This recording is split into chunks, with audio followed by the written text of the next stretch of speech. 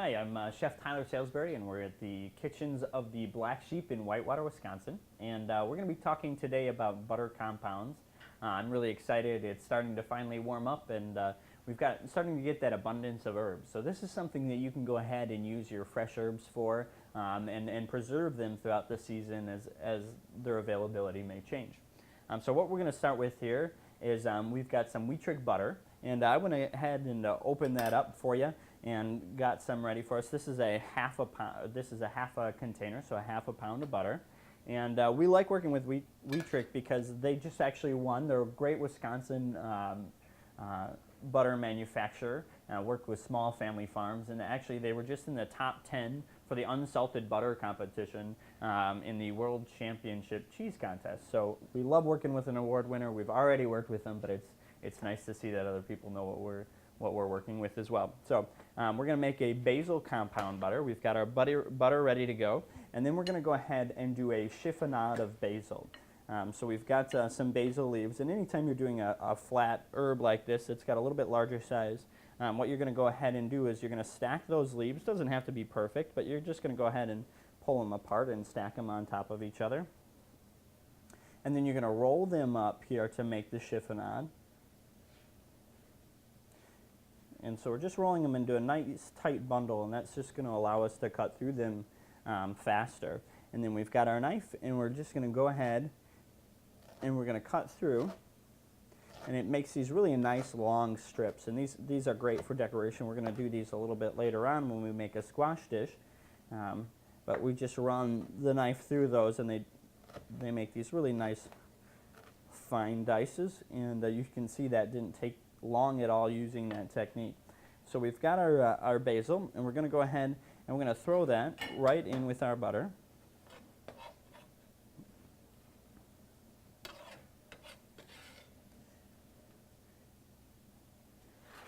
And we're going to go ahead and juice a lemon, and any time that you're juicing a lemon, you're always going to want to roll it on the table here to get those juices flowing. So you're going to roll that out just like that, and then you're going to cut it right in half.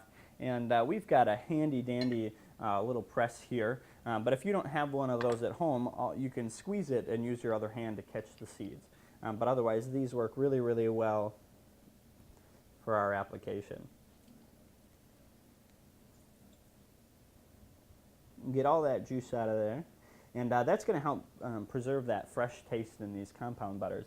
Again, this is something that you can do with flat leaf parsley or sage or cilantro for a number of different applications. We do a brown butter by using sage, doing the exact same thing, but in the fall using sage, and that works really well with our fall like squashes and other vegetables. So we're just going to go ahead and mix these together just to incorporate them with one another. And once those are nicely incorporated, we can go ahead and spread this out. Now we're using a room temperature butter, so we don't melt that on the stove because then the fats and the solids will separate. We want to make sure that we're letting that sit at room temperature so that all kind of softens together and nothing separates. So once we've done that, we're going to go ahead and take some cling wrap here and just roll that out.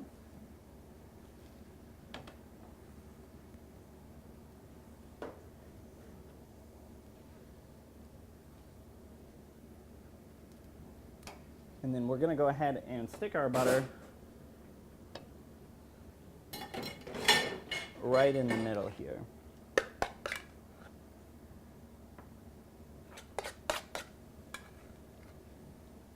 And you can see those herbs are spread pretty evenly throughout.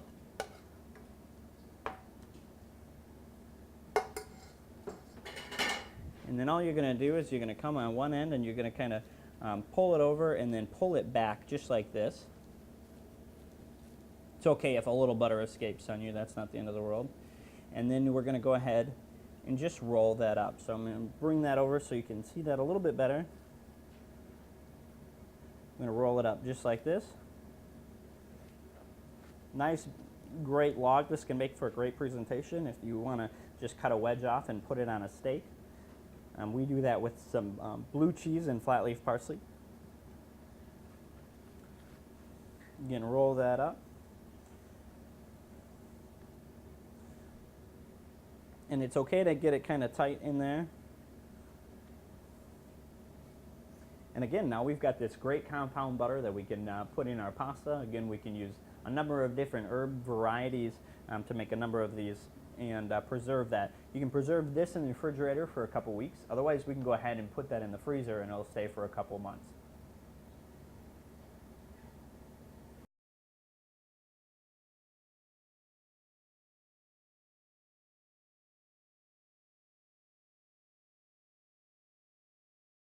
Today we're making a really quick and easy seasoned nut. I pre-toasted some nuts at 375 for about 25 minutes, and I've got some Wheatrick butter that I'm going to go ahead and throw right into this pan.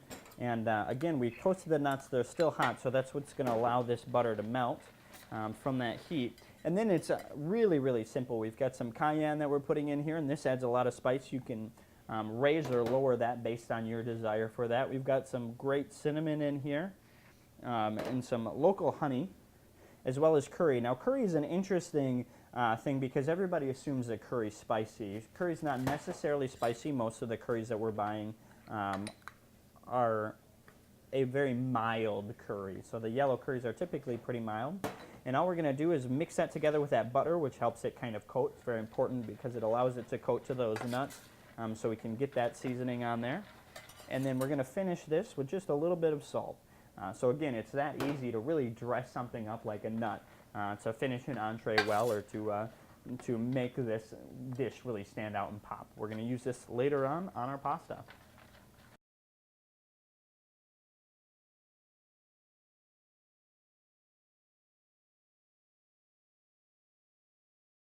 Welcome to the continuation of our recipe using our herb butter here. We've got some butternut squash, and we just half that and scrape that. I'm going to take the herb butter that we made a little bit earlier. We're just going to go ahead and spread that on top of here. Room temperature is great with that. And slide that in there. And then we're going to take some onions here, and we just finely dice those onions. And we're going to throw them in there and take a couple more pats of this butter and let that go. And then we're going to cover this with aluminum foil and just throw this in the oven to bake. And that's going to soften up. And so we've got some softened squash. While that's cooking, we're going to go ahead and get our pasta rolling here. So we've got our pasta, and we're throwing that in just a pot of boiling water.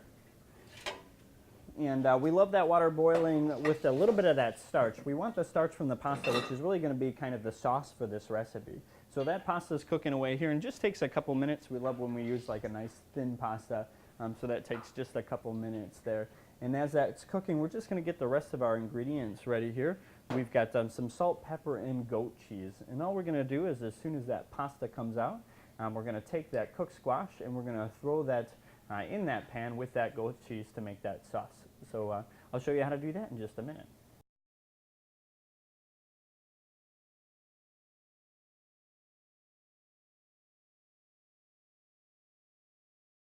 And so now we've gone ahead and we cooked our squash, and all I did was scoop out the middle of the squash with a little bit of the onion and the herb butter here. And we're going to go ahead and finish the final assembly of this product. So I've got my pasta that I just pulled out of the water, and I'm going to put about 1/3 cup of goat cheese in here. So we're just going to take a big old chunk of goat cheese. And there's about a reserved 1 cup of water in here. And the reason we want that water is that's going to create the sauce with this cheese. We want this cheese to kind of loosen up just a little bit.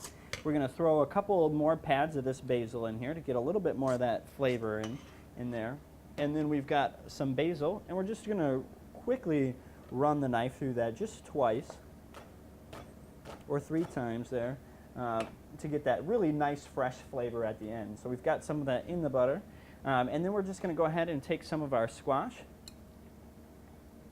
and we're going to mix this in here as well. So put our squash in here.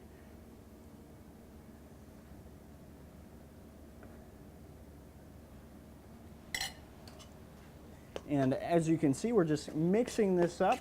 We're going to throw our cheese in. And we don't want to overmix this. So we want the pasta to still have some life to it, some volume to it. So it's okay that the squash is still in chunks there. We're going to throw our cheese in. And then we're just grabbing a plate.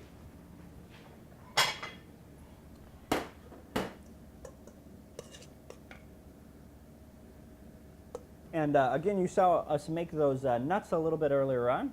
So we're just going to go ahead and sprinkle a little bit more of these on top. A little bit of this cheese. And then we love these microgreens on here. These microgreens just add a little bit of extra crunch and some extra nutrients to this. So this makes it a really nice, fun dish, especially this time of year when we don't have quite the selection of fresh produce to use. This is something in season right now that you can do well.